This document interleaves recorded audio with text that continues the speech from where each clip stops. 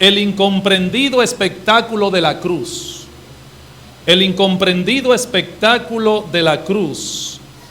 Un tema raro, el incomprendido espectáculo de la cruz, y verán por qué. Dice así la palabra del Señor. El apóstol Pablo dice, porque la palabra de la cruz es locura a los que se pierden, pero a los que se salvan, esto es a nosotros, es poder de Dios. Pues escrito está, destruiré la sabiduría de los sabios y desecharé el entendimiento de los entendidos. Y pregunta, ¿dónde está el sabio? ¿Dónde está el escriba? ¿Dónde está el disputador de este siglo? ¿No ha enloquecido Dios la sabiduría del mundo? Pues ya que en la sabiduría de Dios el mundo no conoció a Dios mediante la sabiduría, agradó a Dios salvar a los creyentes por la locura de la predicación. A lo largo de la historia, tristemente, la crucifixión de Cristo ha sido una especie como de espectáculo incomprendido. Paradójicamente, de hecho, esta misma semana el mundo celebrará lo que algunos llaman la Semana Santa o Semana Mayor. Desde el sector donde estoy, he podido notar, hoy aprecié, y de verdad que no lo recordaba, que la gente, ¿verdad?, por un asunto de religión, celebra lo que es el llamado Domingo de Palmas. Y veníamos conversando con el taxista que nos trajo, y él trajo a colación el tema donde yo le explicaba que lamentablemente la gente ignora muchas cosas de la vida de Cristo. Porque resulta que esos mismos que echaron palmas cuando Cristo entró en la entrada triunfal a Jerusalén, fueron los que más tarde gritaron en una multitud terrible, endiablada, crucifícale, crucifícale. Entonces, a mí me da pena porque la gente aprovecha este tiempo para celebrar muchas cosas que no entienden el por qué se celebran. Algunos se van a la playa de vacaciones, de bonche, y en el caso de otros que son más espirituales, ellos van a su parroquia, ¿verdad?, a darse un barniz o un bañito de religión. Antes de, otros se van a besar la cruz de yeso, a hacer procesiones en la calle, como he visto en estos días, previo a lo que ellos llaman la Semana Santa o Semana Mayor, que no sé qué de santa tiene la semana realmente, porque en Lucas 1:76 dice, en santidad y en justicia todos los días de nuestra vida. O sea, no solamente una semana. Pero en una época donde supuestamente el mundo va a celebrar la muerte, crucifixión, sepultura y resurrección de Cristo, es triste que, hermanos, de verdad, preparando la meditación de esta mañana, yo me preguntaba hasta qué punto, incluyendo a mucha gente religiosa, hasta qué punto ellos entienden lo que están celebrando. O sea, ¿realmente se entiende el mensaje de la cruz? ¿Qué lugar ocupa en la mente de aquellos que celebran la muerte de Cristo, o la cruz de Cristo, o la crucifixión, o la resurrección, cualquier evento de la vida de Cristo? Por eso mi tema, el incomprendido espectáculo de la cruz. Pregunta, ¿por qué incomprendido y por qué espectáculo? ¿Por qué? Miren, hermanos, a veces es interesante leer las escrituras creativamente. Yo creo que los predicadores, los maestros de la palabra deben hacer eso. O sea, es como trasladarnos a la escena para poder entender lo que estaba pasando allí. Y es importante que leamos las escrituras creativamente y que nos imaginemos el drama de la crucifixión tal y como aparece en la Biblia. Pero imaginarlo libre de prejuicio de las cosas que hemos visto y oído desde niños y tratar de ver escrituralmente aquella escena, y vamos a sentir de ella que era como un tremendo espectáculo lo que estaba pasando en la crucifixión. Un espectáculo cargado de mucho dramatismo, diría yo. Ahí estaba Cristo colgado entre el cielo y la tierra en dos trozos de maderas cruzadas con una inscripción que decía en 3 idiomas, este es Jesús Nazareno, el rey de los judíos, como si fuese un rey crucificado, envilecido. Era un espectáculo en el cual hasta la naturaleza misma se involucró y se conmocionó. Hubo un eclipse total de 3 horas de sol en la muerte de Cristo. El velo del templo que separaba el lugar santo del lugar santísimo se rasgó solo por la mitad.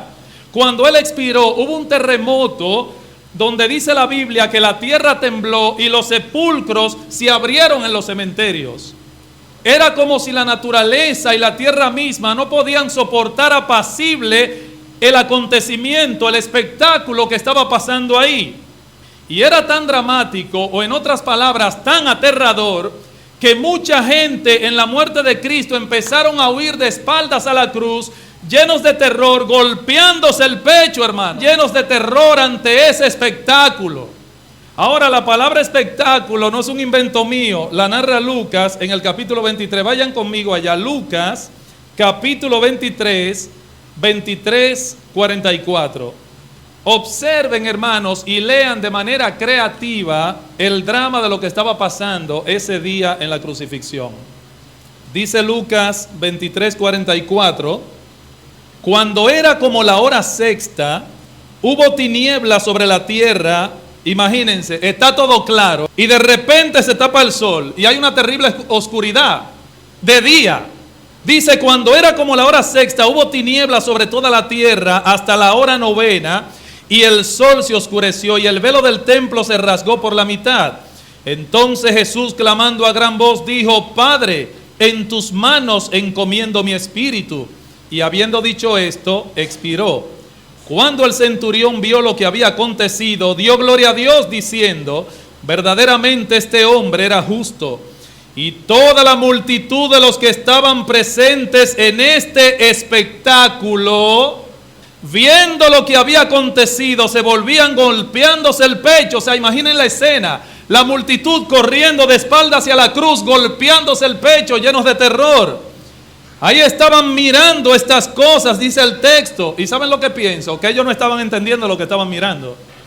Ellos estaban mirando estas cosas, dice el evangelista Lucas, pero ninguno estaba entendiendo lo que estaba pasando ahí. De hecho, fíjense, si no lo entendieron o lo comprendieron, que cuando leamos un texto más adelante en el Evangelio de Marcos, se van a dar cuenta que la gente estaba centrado en el hecho de que Cristo descendiera de la cruz. Vayan a Marcos 15 para que ustedes vean. Marcos 15, 29. Para que veamos la ignorancia de la gente con respecto a la cruz. Marcos 15, 29. Aquí vemos que todos creían que la victoria del Hijo de Dios estaba en bajar de la cruz. No entendían la crucifixión, como mucha gente hoy día tampoco la entiende, ni le preocupa entenderla. Dice Marcos 15, 29, y los que pasaban le injuriaban, meneando la cabeza y diciendo, va, tú que derribas el templo de Dios y en 3 días lo reedificas, sálvate a ti mismo y desciende de la cruz. Y tú no eres Dios, bájate. De esta manera, versículo 31, también los principales sacerdotes, escarneciéndose, decían unos a otros con los escribas, a otros salvó y a sí mismo no se puede salvar. ¿Qué era ese salvarse? Baja de la cruz. El Cristo, Rey de Israel, verso 32, descienda ahora de la cruz para que veamos y creamos. También los que estaban crucificados con él le injuriaban. Cuando vino la hora sexta, versículo 33, hubo tinieblas sobre toda la tierra hasta la hora novena, y a la hora novena Jesús clamó a gran voz diciendo, Eloi, Eloi, lama sabactani, que traducido es, Dios mío, ¿por qué me has desamparado? La mejor traducción es, ¿para qué me has desamparado? Y algunos de los que estaban allí decían al oírlo, mirad, llama a Elías. Y corriendo uno y empapando una esponja de vinagre y poniéndola en una caña, le dio a beber diciendo, dejad, veamos si viene Elías, ¿a qué? A bajarle. O sea, estaban tan ignorantes con respecto al espectáculo que ellos entendían que la victoria del Hijo de Dios consistía en que se bajara de la cruz, cuando era todo lo contrario. Su victoria era morir ahí clavado. Qué paradójico esto. El sentir de la gente de ese tiempo era el mismo sentir que tenían los gitanos de Andalucía, que ellos decían que ellos querían quitarle los clavos a Jesús el Nazareno de forma poética y bajarlo del madero, porque ellos no quieren verlo ahí. Y ellos decían: ¿quién me presta una escalera para subir al madero y quitarle los clavos a Jesús el Nazareno? Cantar del pueblo andaluz que todas las primaveras andan pidiendo escaleras para subir a la cruz. Y dicen ellos que no quieren cantar al Cristo de la cruz, del madero, sino al Cristo que anduvo glorioso en el mar, porque no entienden la cruz tampoco. Es que no entienden la cruz. Bájate si eres Dios. Cuando su gloria estaba en morir ahí clavado en aquel madero. Por eso quiero ver hoy con ustedes, hermanos, el por qué estaba pasando lo que sucedió ese día y por qué este acontecimiento es fundamental e importante para la fe cristiana. Vamos a explicar hoy el incomprendido espectáculo de la cruz. Vamos a ver si yo puedo explicar lo incomprendido. ¿Hasta qué punto yo puedo hacer comprender lo que es incomprendido a la luz de la importancia y la naturaleza de la crucifixión? No les prometo que le vaya a hablar de la naturaleza, eso quizá lo dejaría para el otro mes, si Dios quiere. Pero por lo menos hoy vamos a hablar un poquito de la importancia de la crucifixión. Vamos a ver que el elemento de reconciliación, escucha bien amigo que estás aquí en esta mañana sin Cristo, tú que todavía no has venido a Cristo en arrepentimiento y fe. El elemento de reconciliación entre Dios y la humanidad, y específicamente a aquellos que aceptan el señorío de Cristo, es la cruz del Calvario. Dios entendía que la única solución para salvar a una humanidad caída era esa, y créame, si hubiese habido otra salida, Dios lo hubiese dado, pero es que no había otra, sino haciendo que asesinaran a su hijo en una cruz. El elemento de reconciliación a través del cual Dios une a un pecador, a una humanidad pecadora, y específicamente a aquellos elegidos que aceptan el señorío de Cristo, es la cruz del Calvario. Leímos un pasaje en el introito de esta exposición, donde Pablo dice: porque la palabra de la cruz es locura a los que se pierden, pero a los que se salvan, esto es, a nosotros, Cristo es poder de Dios y sabiduría de Dios. Noten que Pablo le llama a su mensaje la palabra de la cruz. Y uno se pregunta: ¿y qué es la palabra de la cruz? La palabra de la cruz es toda aquella revelación que lleva a un hombre a reconocer su pecado y a buscar esa solución cautivo a la cruz de Cristo. En otras palabras, la palabra de la cruz es toda revelación o doctrina que pone ante nuestros ojos la cruz de Cristo como la única alternativa de salvación, porque no hay otra. No hay otra. Ahora Pablo dice algo interesante, que esa palabra de la cruz para los griegos es idiotez. ¿Por qué? ¿Por qué la palabra de la cruz es idiotez o locura a los que se pierden? Y específicamente, hablando de los gentiles, los griegos. Los griegos veían tonto y hasta cierto punto fabulesco que por yo coger a un judío y clavarlo en 2 pedazos de madera, eso me lleve al cielo. Eso no tiene sentido. Pero ¿cómo es posible que gente tan brillante como nosotros, decían los griegos, vamos a pensar que por coger a un judío y clavarlo en un madero, en un pedazo de madera, yo voy a ser salvo por eso? Eso no tiene sentido. La palabra de la cruz era idiotez para ellos. ¿Por qué? ¿Cuál es la razón que Pablo da para explicar por qué era locura o idiotez para el griego esto de la cruz? Bueno, por una razón muy lógica. Pablo dice que era locura para ellos porque Dios ha idiotizado la sabiduría del mundo y por eso ellos ven como locura lo que es sensatez. Miren hermanos, en un mundo de locos el cuerdo es loco. Este es un mundo al revés. Ser cristiano significa andar derecho en un mundo al revés, en todo el sentido del término. Dios ha idiotizado la sabiduría de los sabios y por eso ellos ven como locura lo que es sensatez a los ojos de Dios. De hecho, vean que dice Pablo en el versículo 21 de Primera de Corintios, dice, verso 21, pues ya que en la sabiduría de Dios el mundo no conoció a Dios, mediante la sabiduría agradó a Dios salvar a los creyentes por la locura de la predicación. Por la locura de la predicación. Y Pablo pregunta, ¿y dónde está el sabio? ¿Dónde está el escriba? ¿Dónde está el disputador de este siglo? No ha enloquecido Dios la sabiduría del mundo. Por eso, en la sabiduría de Dios, nuestra gloria es predicar en esta mañana que solo seremos salvos a través de la sangre de uno que el mundo crucificó y mató, Jesucristo. Nosotros seguimos a un crucificado. Eso no tiene atractivo a los ojos del mundo. Y no importa cuán simple luzca la cruz al sabio, no importa cuán tonta vea al griego la cruz, ni cuán malentendida y menospreciada sea la cruz por mucha gente, como quiera, nuestro mensaje siempre será uno. Dice Pablo, Jesucristo y este crucificado. Jesucristo y este crucificado, esa es nuestra gloria. Por causa de la cruz estamos crucificados para el mundo y el mundo está crucificado para nosotros también. Si había algo en lo que Pablo y el mundo estaban de acuerdo, era en eso. Ni el mundo daba un alfiler por Pablo, ni Pablo daba una paja por el mundo. Estamos de acuerdo, mundo, tú y yo. Yo estoy crucificado para ti y tú para mí. No hay problema, estamos de acuerdo. Nuestro mensaje siempre será ese, Jesucristo y este crucificado. ¿Cuál es nuestra gloria? ¿Cuál es nuestra gloria? Pablo termina en el verso 31 del capítulo 1 de Primera de Corintios, dice, para que como está escrito, el que se gloría, gloríese en el Señor. O sea, ¿cuál es nuestra gloria, hermanos? Que por causa de la cruz estamos crucificados para el mundo y ellos para nosotros. La cruz es la memoria de que nuestro pecado fue clavado en el Calvario hace más de 2000 años. Eso es una bendición. Y es lo que vamos a meditar hoy.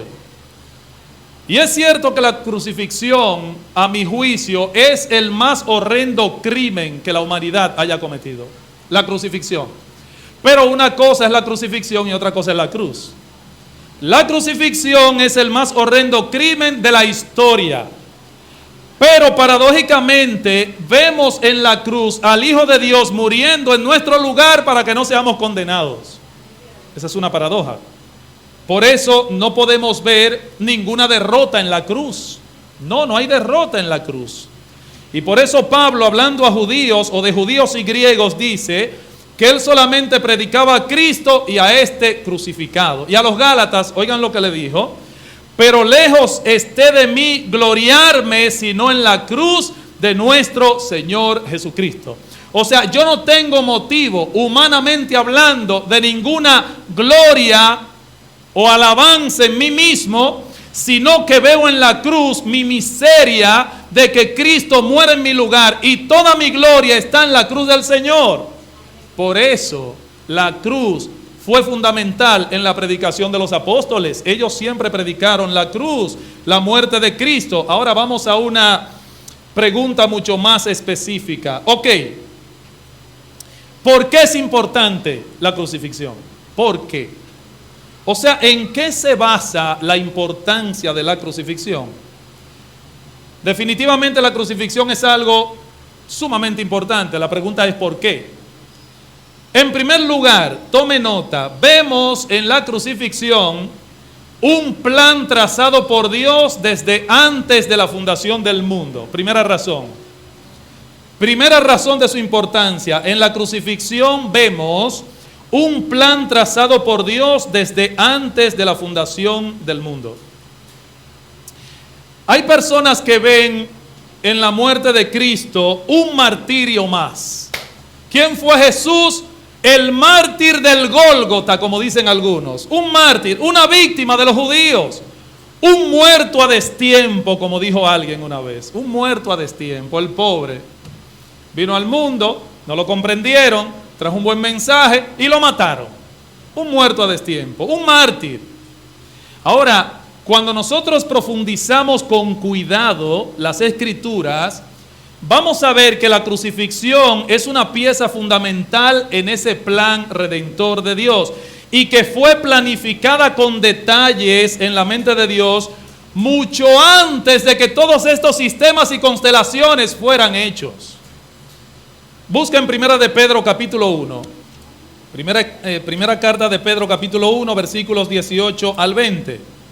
Dice, sabiendo que fuisteis rescatados de vuestra vana manera de vivir, la cual recibisteis de vuestros padres, no con cosas corruptibles como oro o plata, sino con la sangre preciosa de Cristo, como de un cordero sin mancha y sin contaminación, verso 20, ya destinado desde antes de la fundación del mundo, pero manifestado en los postreros tiempos por amor de vosotros. Ese cordero fue inmolado, dice Pedro, en una fecha histórica específica, pero había sido previamente planificado desde la eternidad pasada entre Cristo y el Padre en la Trinidad de Dios.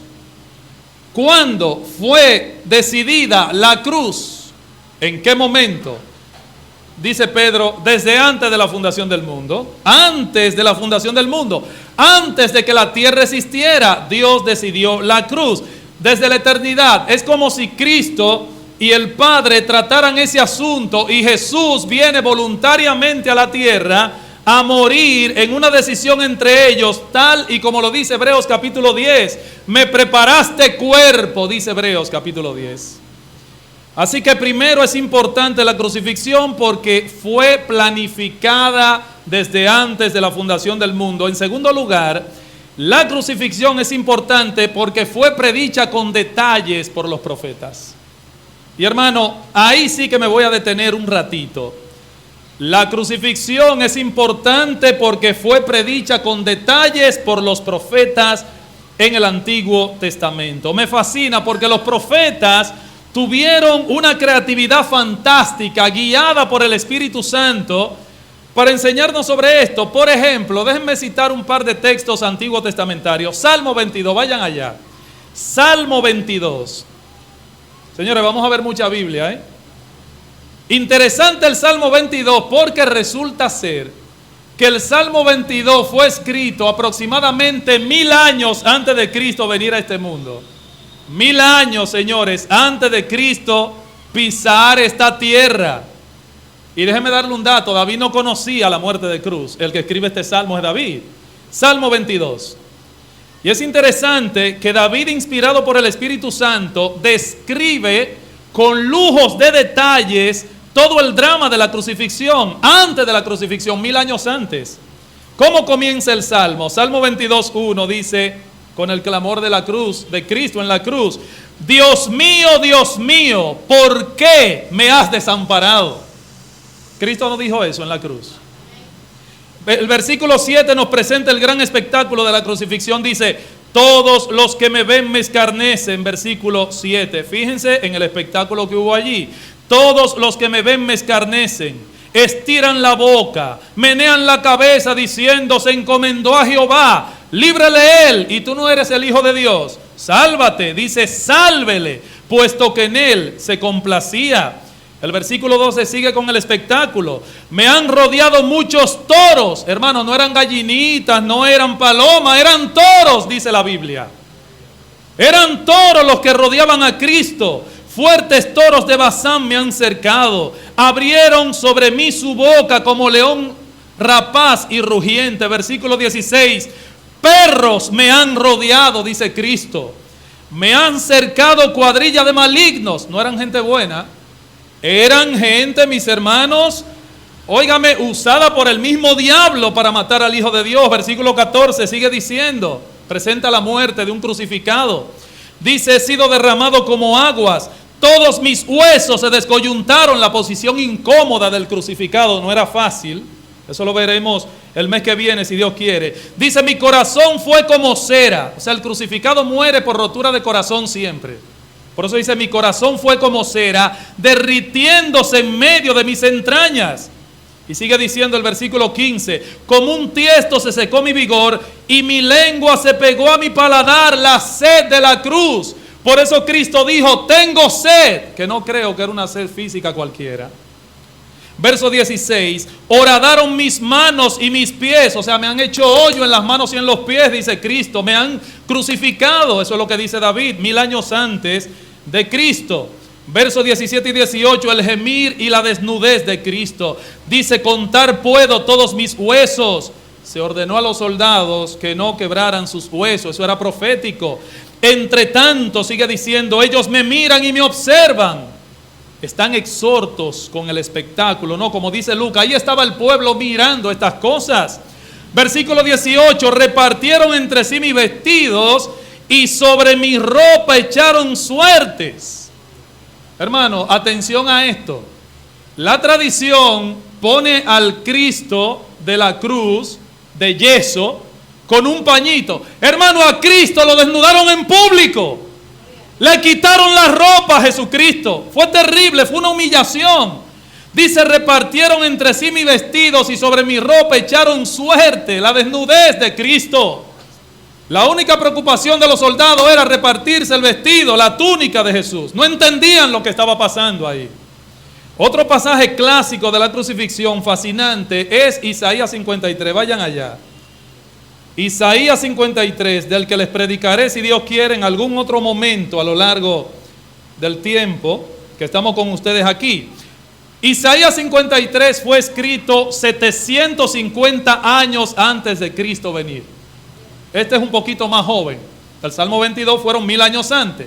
Este fue 750 años antes de Jesús nacer en Belén.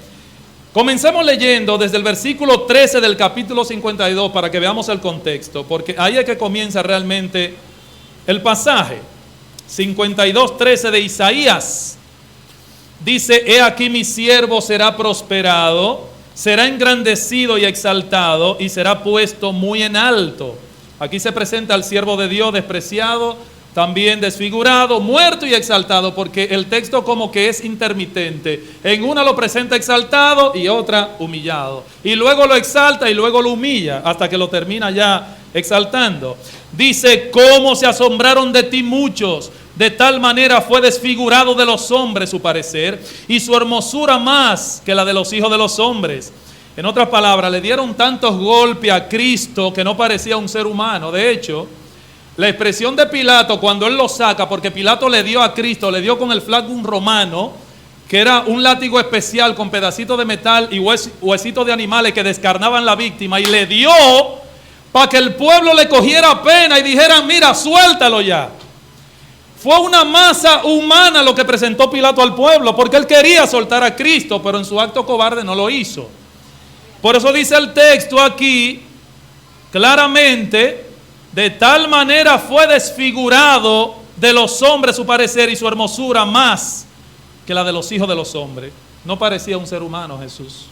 Dice, así asombrará, y lo exalta, así asombrará él a muchas naciones. Los reyes cerrarán ante él la boca porque verán lo que nunca les fue contado y entenderán lo que jamás habían oído. Ahora, capítulo 53, versículo 1, la incredulidad del pueblo dice, ¿quién ha creído a nuestro anuncio? ¿Y sobre quién se ha manifestado el brazo de Jehová? Subirá cual renuevo delante de él y como raíz de tierra seca. No hay parecer en él, ni hermosura. Le veremos más inatractivo para que le deseemos. Despreciado y desechado entre los hombres, varón de dolores, o un hombre cuya característica es el sufrimiento, experimentado en quebranto, y como que escondimos de él el rostro, fue menospreciado y no lo estimamos. La idea es bien fuerte aquí. Alude al leproso de aquella época, que cuando alguien tenía lepra tenía que vocear, soy inmundo, y la gente al verlo volteaba el rostro. O sea, Jesucristo lo trataron como los leprosos, era inmundo, volteaban la cara, no lo querían ver. Terrible. Dice, ciertamente llevó él nuestras enfermedades y sufrió nuestros dolores, y nosotros le tuvimos por azotado, por herido de Dios y abatido. Mas él herido fue por nuestras rebeliones, molido por nuestros pecados, partido en pedacitos, es la idea. El castigo de nuestra paz fue sobre él, y por su llaga fuimos nosotros curados. Versículo 6, todos nosotros, sin excepción, todos nosotros nos descarriamos como ovejas, cada cual se apartó por su camino, mas Jehová cargó en él el pecado de todos nosotros. Sigue diciendo, angustiado él y afligido no abrió su boca, como cordero fue llevado al matadero, y como oveja delante de sus trasquiladores enmudeció y no abrió su boca. Ante Herodes pasó eso. Dice, por cárcel y por juicio fue quitado, y su generación, ¿quién la contará? porque fue cortado de la tierra de los vivientes, y por la rebelión de mi pueblo fue herido, y se dispuso con los impíos su sepultura, entre dos ladrones, como si el del medio fuese un ladrón más. Mas con los ricos fue en su muerte, la tumba de José de Arimatea, aunque nunca hizo maldad, ni hubo engaño en su boca. Con todo eso, Jehová quiso quebrantarlo, sujetándole a padecimiento. Cuando haya puesto su vida en expiación por el pecado, verá linaje. Nosotros somos ese linaje. Gloria a Dios por eso. Vivirá por largos días, y la voluntad de Jehová será en su mano prosperada. Verá el fruto de la aflicción de su alma y quedará satisfecho. Por su conocimiento justificará mi siervo justo a muchos, y llevará las iniquidades de ellos. Por tanto, yo le daré parte con los grandes, y con los fuertes repartirá despojos, por cuanto derramó su vida hasta la muerte, y fue contado con los pecadores, habiendo él llevado el pecado de muchos y orado por los transgresores. Cristo dijo en la cruz: Padre, perdónalos porque no saben lo que hacen. Él oró por los transgresores. Hermanos, todos los detalles de la crucifixión, todos, hasta las 30 piezas de plata de Judas, como dice Zacarías, el precio de Dios, todo eso estaba profetizado en las Escrituras con lujos de detalles en el Antiguo Testamento, dándole importancia a la crucifixión. Tercero, la tercera razón por la que la crucifixión es importante es por el hecho de que fue considerada necesaria y fundamental por el mismo Cristo. Fue considerada necesaria y fundamental por el mismo Cristo. Debemos entender, mis amados hermanos, que la muerte de Cristo fue voluntaria. Fue voluntaria. Él vino a morir y sabía que había venido a eso. No fue un accidente inesperado como algunos dicen. No. Y parece, hermanos, que ver tantos crucifijos por la calle, tantos cuadros o rostros demacrados de famosas pinturas, tantos cursis y películas que se desempolvan a lo largo de los años en los archivos, en las emisoras, en la Semana Santa, muchas veces para aburrirnos con eso. O sea, tantos cuadros de un Cristo tan demacrado como aparece en el expolio del Greco, o ese desgonzamiento en la Piedad de Miguel Ángel, tan listo el Señor y tan muerto, nos hacen a veces pensar en Cristo como un fracasado, un infeliz, el pobre. Como dije ahorita, trajo un buen mensaje, no lo comprendieron y lo mataron, como si en la cruz hubieran vencido las tinieblas. No fue así. En la cruz Satanás fue aplastado por la cabeza. Esa es nuestra victoria, hermanos. No se lleven de esos cuadros donde presentan un Cristo demacrado, el pobre. Cristo descendió de la cruz ya y resucitó, se levantó con poder. No fue un accidente inesperado en la vida de Cristo la cruz, no fue que Él se equivocó y lo mataron y falló. Cristo vino a morir voluntariamente y lo sabía. ¿Y saben qué? Sabía que era en una cruz que lo iban a matar. Y se dejó matar cuando llegó el tiempo de que lo mataran. A veces lo querían despeñar y se le escapaba en medio de ellos. Se le desaparecía porque no era su tiempo. Y siempre Cristo habló de una hora. Padre, la hora ha llegado, porque aún no ha venido mi hora. Déjala porque me está ungiendo para mi sepultura. O sea, Cristo lo anunció. La cruz estaba pendiente durante su ministerio todo el tiempo y hablaba de eso. Por ejemplo, algunos versículos rápidos. Juan 2:19. Oigan lo que dice Juan 2:19. Dice: respondió Jesús y le dijo: destruid este templo y en 3 días lo levantaré. Dijeron luego los judíos, que tampoco los pobres estaban en Bobolandia, no entendían. En 46 años fue edificado este templo y en 3 días lo levantará. Mas él hablaba del templo de su cuerpo.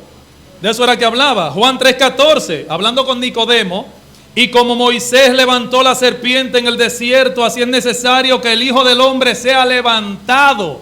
Ese levantado tipifica la cruz, hermano, porque al crucificado, cuando lo clavaban en el suelo, lo levantaban. ¿Qué es lo que está diciendo? Como Moisés levantó la serpiente en esa asta en el desierto, así también el Hijo del Hombre será levantado. ¿Dónde, hermanos? En una cruz, para que todo aquel que en él cree no se pierda, mas tenga vida eterna. Juan 7:33, seguimos mirando evidencia de que la cruz estaba todo el tiempo en su mente. Entonces Jesús dijo: todavía un poco de tiempo estaré con vosotros, e iré al que me envió. Me buscaréis y no me hallaréis, y a donde yo estaré, vosotros no podréis venir. Aunque Pedro después dijo, Señor, yo iré contigo, hasta que el Señor le cerró la boca. Pedro, donde yo voy, tú no me puedes seguir ahora, pero me seguirás después. Juan 8:28, búsquenlo. Le dijo pues Jesús, cuando hayáis levantado otra vez al Hijo del Hombre, entonces conoceréis que yo soy. Y como si todo esto fuera poco, en la confesión de Pedro, que ustedes conocen lo que pasó allí en Mateo 16, cuando Pedro hace su famosa confesión o declaración de que tú eres el Cristo, el Hijo del Dios viviente, Jesús le dice a Pedro y a los demás discípulos, al Cristo le es necesario sufrir y morir. Y lo enseñó como una necesidad de su ministerio. Vean Mateo 16:21. Mateo 16:21. Dice, desde entonces comenzó Jesús a declarar a sus discípulos que le era necesario ir a Jerusalén y padecer mucho de los ancianos, de los principales sacerdotes y de los escribas, y ser muerto y resucitar al tercer día. Entonces Pedro, tomándole aparte, comenzó a reconvenirle diciendo, Señor, ten compasión de ti, en ninguna manera esto te acontezca.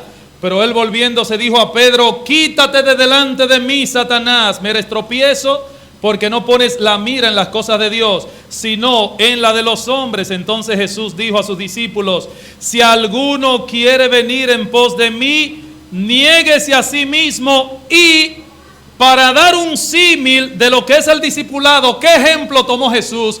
Y tome su cruz, y entonces sígame. Tome su cruz. El ejemplo de un hombre cargando una cruz para ser crucificado. Por eso el símil, tome su cruz. ¿Por qué? Porque la cruz estaba en la mente de Cristo. Él sabía que iba a morir y sabía que moriría crucificado. Esa fue su misión. ¿Qué demuestran todos estos pasajes que acabo de leer, hermanos? Que la cruz estaba pendiente en la mente de Cristo. No fue un accidente inesperado en la vida de Él. Él vino a morir y lo sabía que iba a morir.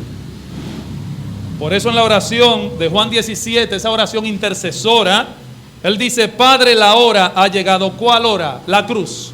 Y hablando de la copa, Padre, si te es posible, pasa de mí esta copa. Era la agonía de la cruz, hermano. No era fácil beberla. No era fácil. Mucha gente ha malinterpretado la primera venida de Cristo por eso. Es cierto que Jesucristo dejó ejemplo en la tierra. Cuando uno le pregunta a alguna persona, ¿y a qué vino Cristo a la tierra? Bueno, Él vino a darnos un buen ejemplo, a dejarnos ejemplo. Otros dicen, Cristo vino a hacer milagros. Otros dicen, Cristo vino a darnos discursos. Óigame bien lo que le voy a decir. Es verdad que Cristo hizo milagros, y es verdad que habló como jamás ningún hombre ha hablado, y es verdad que Cristo dio discurso, pero Él no vino primariamente a eso. Jesucristo vino a dar su vida en una cruz. Él vino a buscar y a salvar lo que se había perdido. A eso vino Jesús. No a hacer milagros, lo hizo de paso porque era Dios. Y los discursos lo dio, pero no primariamente Él vino a eso. Él vino a morir en una cruz. ¿Qué podemos ver en la cruz entonces? Una muerte voluntaria. Ya en otra oportunidad vamos a continuar con la segunda parte de este tema, mirando lo que es la naturaleza de la crucifixión, para que veamos realmente qué pasó ese día y por qué. ¿Era necesaria la muerte de Cristo? Vamos a responder esa pregunta, pero una más interesante. ¿Era necesaria la muerte de cruz? ¿Por qué en una cruz? ¿Usted nunca se ha preguntado eso? Cristo pudo haber muerto traspasado o despeñado o ahorcado en la horca, la guillotina, qué sé yo. Pero ¿por qué en una cruz? He ahí el Cordero de Dios que quita el pecado del mundo. Termino con esto, hermano. La cruz era la única provisión de Dios para nuestra justificación. Amigo que estás aquí en esta mañana, créeme, si hubiese habido otra solución, Dios lo hubiera provisto. Pero no había otra que fuera matando a su Hijo por ti. No había otra solución que no fuese que Cristo gustara la sed del mismo infierno para que tú no vayas a ese lugar. Eso lo vamos a ver más adelante en el tiempo de Dios. ¿Qué podremos ver en la cruz? La culminación, el clímax y el sufrimiento del Hijo de Dios. Voy a demostrar ese día, si Dios quiere, que Jesucristo sufrió como jamás ningún ser humano ha sufrido. Le voy a presentar en toda su crudeza lo que implicaba una muerte por crucifixión. Todo eso lo vamos a ver. ¿Qué pasaba? ¿Y cuántas cosas se generaban en el cuerpo de un crucificado? Que Dios te bendiga y que Dios te guarde. Que Dios nos ayude a meditar en esta mañana.